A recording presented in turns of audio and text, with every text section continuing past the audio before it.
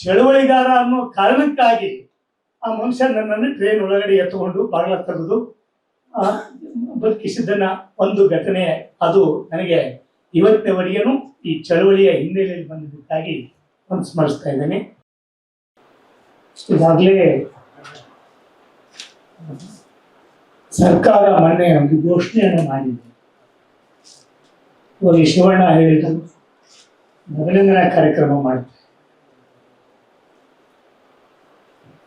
ಇನ್ನೂ ಅನೌನ್ಸ್ ಮಾಡಿದ್ದಾರೆ, ಕೂಸೆ ಹುಟ್ಟಿಲ್ಲ ಕುಲ ಯಾಕೆ ಹೊಲಿಕೆ ಇದೆ. ಈಗೆಲ್ಲ ಅಭಿನಂದನೆ ಈಗೆಲ್ಲ ಬೇಡ, ಇಲ್ಲ ನಿಮ್ಗೆಲ್ಲ ಕೇಳೋದಲ್ಲ, ಅದು ನಾವು ಮಾಡ್ತೀವಿ. ಮೊದಲನೇದಾಗಿ ನನ್ನ ಎಲ್ಲ ಗೆಳೆಯರಾಗಿರ್ತಕ್ಕಂಥ ಗುಂಡ್ರಣ್ಣವರಾಗಲಿ, ನಮ್ಮ ಅಂಜದಾಗಲಿ, CPM ಗೆಳೆಯರು ಬಂದಿದ್ದಾರೆ. ಪತ್ರಕರ್ತರ ಸಂಘಟನೆ 1984ರಲ್ಲಿ ನಾನು ಯುವಲೋಕ ಅಂತಕ್ಕಂಥ ಒಂದು ಪತ್ರಿಕೆಯನ್ನು ಧಾರವಾಡದಲ್ಲಿ ಆರಂಭ ಮಾಡಿದೆ. ಯುವಲೋಕ ಅಂತ 84ನೇ ಇಸ್ವಿಯಲ್ಲಿ ನಾನು PhD ಮಾಡ್ತಾ ಇದ್ದೆ, ಆರಂಭ ಮಾಡಿದೆ. MA ಮುಗಿಸಿ ಅದೇ ಸಂಗತಿ. ಪತ್ರಕರ್ತರ ಸಂಘಟನೆಯ ಸಂಕಷ್ಟಗಳು ಮತ್ತು ಪತ್ರಕರ್ತರ ಸಂಕಷ್ಟಗಳು ಏನಂತ ಅವಾಗಲಿಂದಾನೇ ಗೊತ್ತು. ಮಳೆ ಜೋಡಿಸಿ ಪ್ರಿಂಟ್ ಮಾಡ್ತಕ್ಕಂಥ ಕಾಲ. ಆ ಮಳೆ ಜೋಡಿಸಿ ಪ್ರಿಂಟ್ ಮಾಡಿ ನಾವೇ ರಾತ್ರಿ ಎಲ್ಲ ಅದರ ಮಸಿಯನ್ನ ಮುಖಕ್ಕೆ ಬರ್ಕೊಂಡು ಬೆಳಿಗ್ಗೆ ಎದ್ದು ಮಾರಾಟ ಮಾಡಿ ಮಾಡ್ತಾ ಇರ್ತಕ್ಕಂಥ ಕಾಲ.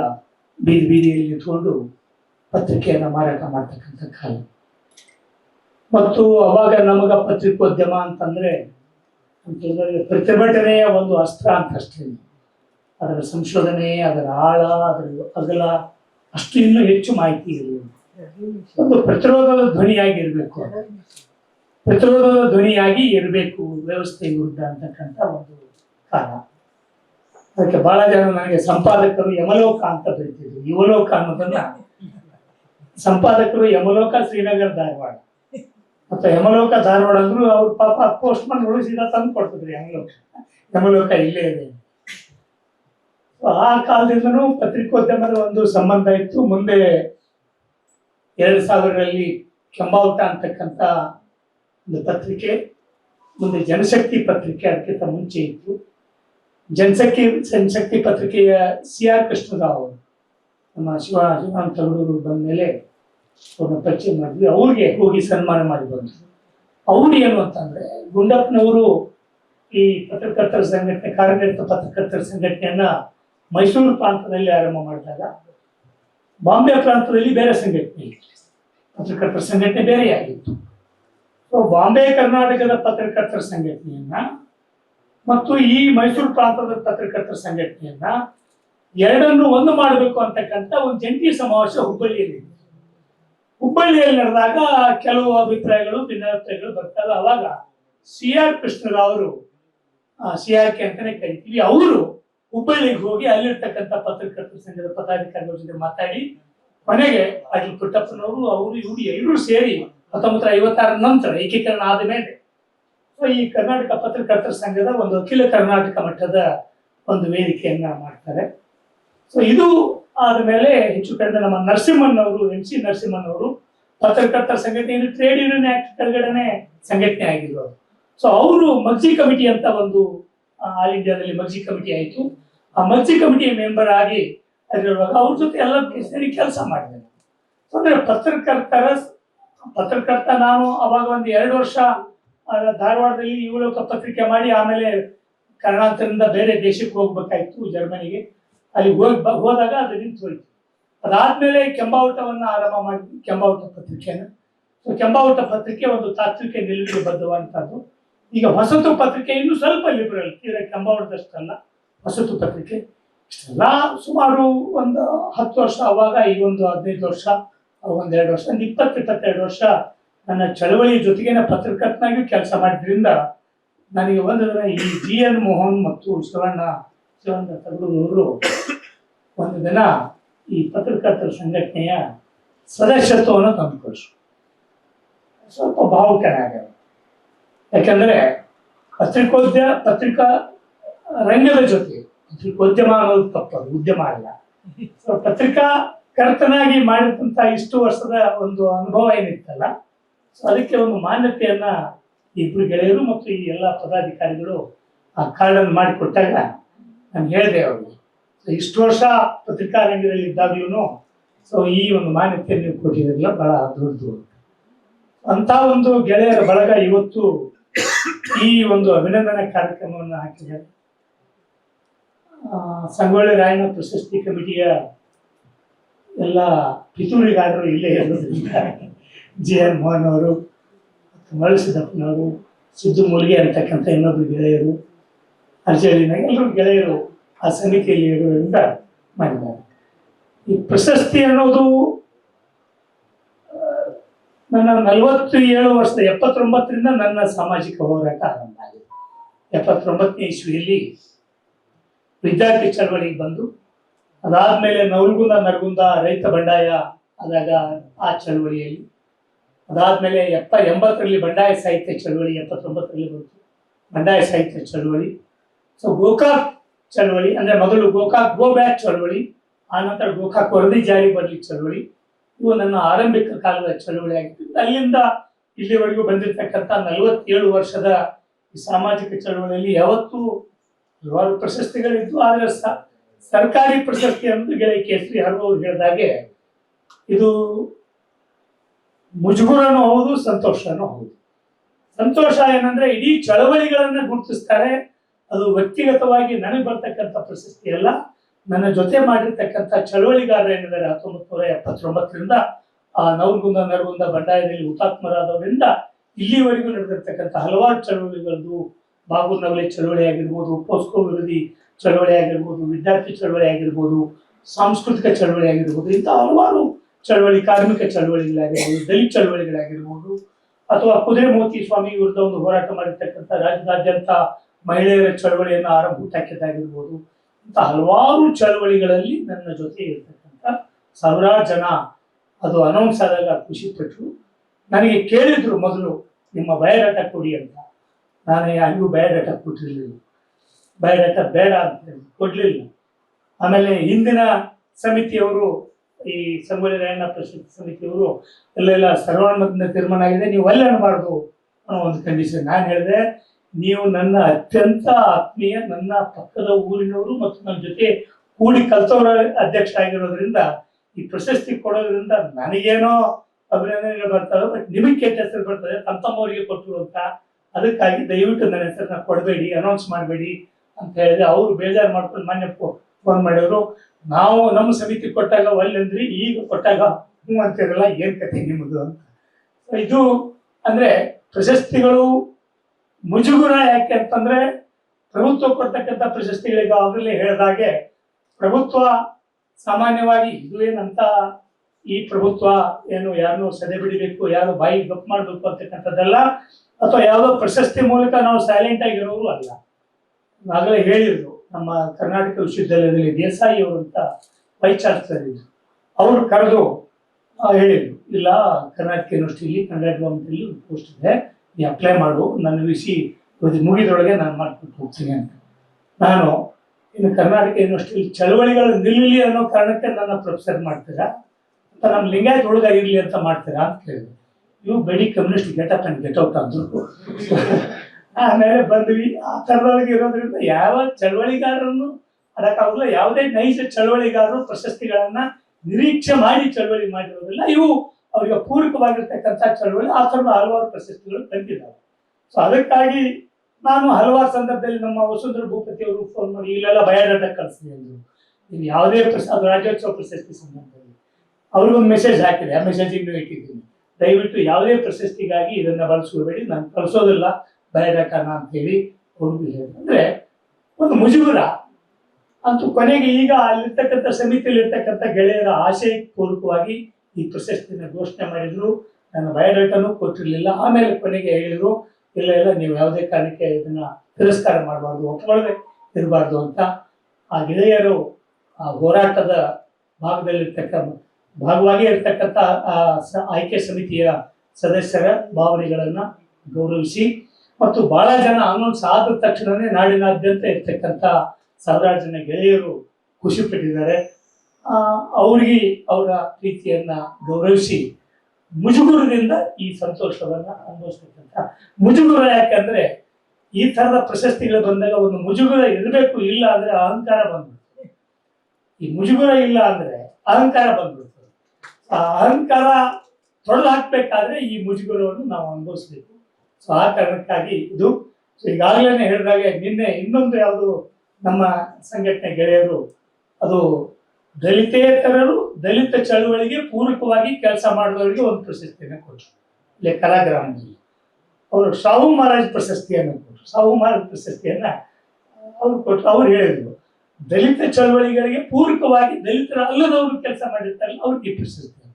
ಯಾಕಂದ್ರೆ ನನಗೆ ಸಾಹು ಮಹಾರಾಜು ಸಂಗೊಳ್ಳಿ ರಾಯಣ್ಣ ಬಹಳ ಭಾರ ಅನ್ನಿಸ್ತಾ ಇತ್ತು.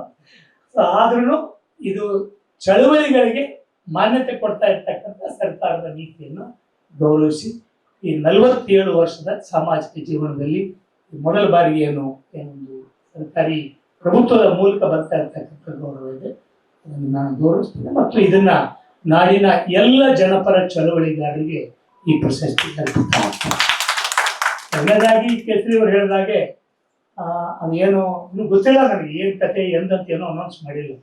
ಅವ್ರು ಏನಾದ್ರೂ ಆ ಥರದೊಂದು ಏನಾದ್ರೂ ಅಮೌಂಟ್ ಕೊಟ್ಟರೆ ಈಗಾಗಲೇ ಧಾರವಾಡದಲ್ಲಿ ಒಂದು ತರಬೇತಿ ಕೇಂದ್ರವನ್ನು ನಾವು ಆರಂಭ ಮಾಡಿದ್ವಿ. ಹೇಳಿದ್ದಾರೆ ಸಮಿತಿಯವರು ಹೇಳುವುದರಿಂದ ಅಧಿಕೃತವಾಗಿ ಅದಕ್ಕೆ ಇನ್ನಷ್ಟು ದುಡ್ಡನ್ನು ಸೇರಿಸಿ ಸಂಗೊಳ್ಳಿ ರಾಯಣ್ಣ ಹೆಸರಿನಿಂದ ಒಂದು ವೇದಿಕೆಯನ್ನು ಮಾಡಿ ಇಡೀ ಜನಪರ ಚಳವಳಿಗಳಿಗೆ ಒಂದು ತರಬೇತಿ ಕೇಂದ್ರವನ್ನು ನಾವು ಆರಂಭ ಮಾಡಿದ್ವಿ. ಆ ಥರದ ಒಂದು ಆಲೋಚನೆ ತರಬೇತಿ ಕೇಂದ್ರ ಆರಂಭ ಮಾಡ್ತಾನೆ ಇದ್ವಿ. ಈಗ ಪ್ರಶಸ್ತಿ ಬಂದು ಇಡೀ ಹಣವನ್ನು ಅದಕ್ಕೆ ಸೇರಿಸಿ ಇನ್ನೊಂದಷ್ಟು ದುಡ್ಡು ಸೇರಿಸಿ ಒಂದು ತರಬೇತಿ ಕೇಂದ್ರವನ್ನು ಅಲ್ಲಿ ಸಾಮಾಜಿಕ ಜನಪರ ಚಳವಳಿಗಳಿಗೆ ಒಂದು ತರಬೇತಿ ಕೇಂದ್ರವನ್ನ ಆರಂಭ ಮಾಡ್ತಾ ಇದ್ದೀವಿ. ಅದು ಒಂದು ಹಂತದಲ್ಲಿ. ಅಂತಿಮವಾಗಿ ಪತ್ರಕರ್ತರ ಸಂಘಟನೆ ಎಲ್ಲ ಗೆಳೆಯರು ಈ ಒಂದು ಕಾರ್ಯಕ್ರಮದಲ್ಲಿ ತಾವು ನನಗೆ ಅಭಿನಂದಿಸೋದಕ್ಕಾಗಿ ನಿಮ್ಗೆಲ್ಲರಿಗೂ ಧನ್ಯವಾದಗಳನ್ನ ಹೇಳ್ತೀನಿ. ಒಂದು 2-3 ಚಳುವಳಿಯ ಹಿನ್ನೆಲೆಯಲ್ಲಿ ಬಂದಾಗ ನನಗೆ 1995-96 ದೇವೇಗೌಡರು ಪ್ರೈಮ್ ಮಿನಿಸ್ಟರ್ ಆದಾಗ ಅಂಗನವಾಡಿ ಕೆಲಸಗಾರರ ಚಳವಳಿಗಾಗಿ ಡೆಲ್ಲಿಗೆ ಹೋಗಿ ಬರುವಾಗ ಸಾವಿರಾರು ಜನ ಅಂಗನವಾಡಿ ಕಾರ್ಯಕರ್ತರನ್ನು ಕರ್ಕೊಂಡು ಚಳವಳಿಗೆ ಹೋಗಿ ವಾಪಸ್ ಬರುವಾಗ ಒಂದು ಘಟನೆ ನಡೀತು. ಅದು ಎಲ್ಲಾ ಅಂಗನವಾಡಿ ಕಾರ್ಯಕರ್ತೆಯರು ಸಾವಿರಾರು ಜನ ಅದು ವಿತೌಟ್ ಟಿಕೆಟ್ ಮುಗಿಸಿದ್ರು. ಅದಾಗ ಪೊಲೀಸ್ ಬಂದಾಗ ಯಾವ್ದು ಕಾರಣಕ್ಕೂ ಬಂದ್ರೆ ಗೊತ್ತಿಲ್ಲ, ನಾನು ಟ್ರೈನಿಂದ ಕೆಳಗಿಳಿದು ಹೊರಗಡೆ ಬಂದು ಯಾರು ನಮ್ಮ ಅಂಗನವಾಡಿಯವ್ರನ್ನ ಅರೆಸ್ಟ್ ಮಾಡಿದ್ರೇನೋ ಅಂತ ಹೇಳಿ ನೋಡ್ಕೊಂಡು ಬಂದ್ರೆ ಟ್ರೈನ್ ಸ್ಟಾರ್ಟ್ ಆಗಿಬಿಟ್ಟು ಎಲ್ಲ ಸಾವಿರಾರು ಜನ ಇಲ್ಲಿಂದ ಕರ್ಕೊಂಡು ಹೋಗಿದ್ದೀವಿ. ಟ್ರೈನ್ ಸ್ಟಾರ್ಟ್ ಆಯ್ತು, ನಾನು ನಡೀಲಿದ್ದೀನಿ. ಹತ್ತಬೇಕು ಅಂದ್ರೆ ಎಲ್ಲಾ ಡೋರ್ಗಳನ್ನ ಲಾಕ್ ಮಾಡಿದ್ದಾರೆ. ನಮ್ಮ ಗೆಳೆಯ ಅಂಜದ್ ಅವರು ಇವತ್ತು ಅಂಗನವಾಡಿಯ ಕಾರ್ಯಕರ್ತೆಯರ ಶಾಂತರಾಜ್ ಅವರು ಅದ್ರ ಚಾರ್ಜ್ ಆಗಿದ್ದಾರೆ, ಲಾಕ್ ಮಾಡಿದ್ದಾರೆ.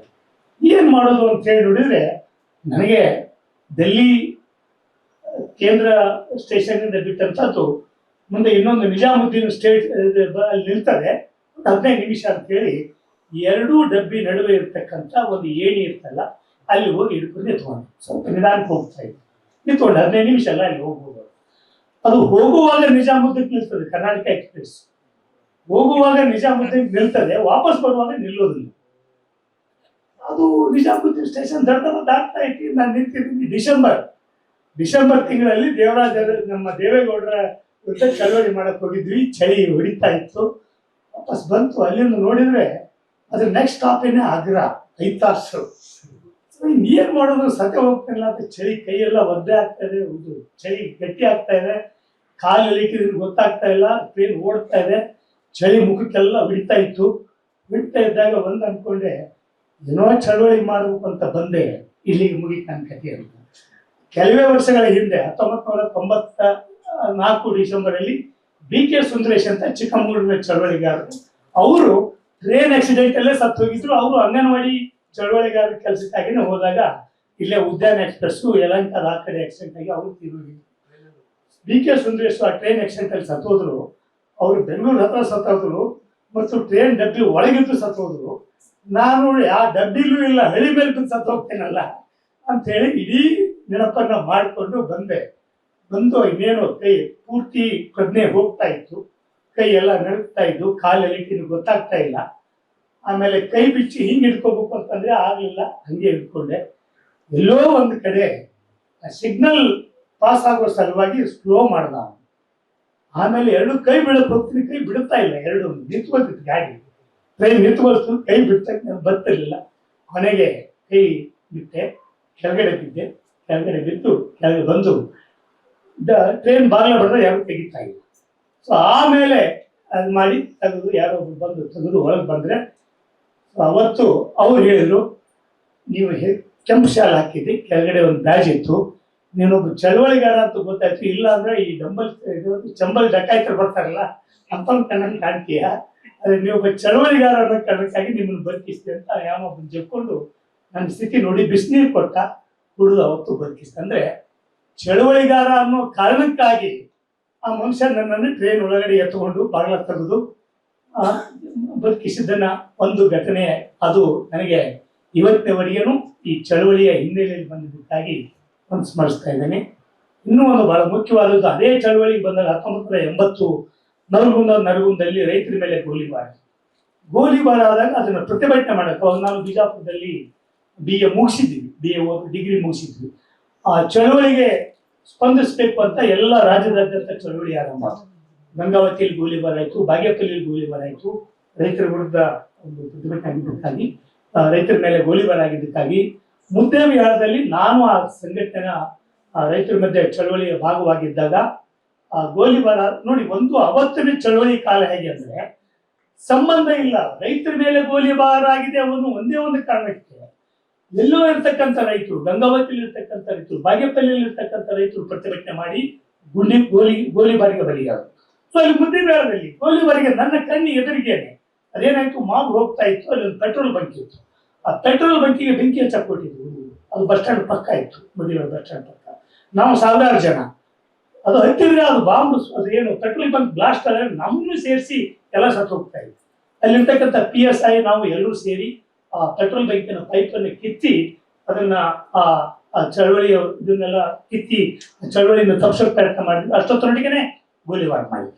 ನನ್ನಿಂದ 3 ಅಡಿ ಮುಂದೆ ಇರ್ತಕ್ಕಂಥ ಒಬ್ಬ ಹುಡುಗ ಆ ಗೋಲಿಬಾರಲ್ಲಿ ತೀರೋದ.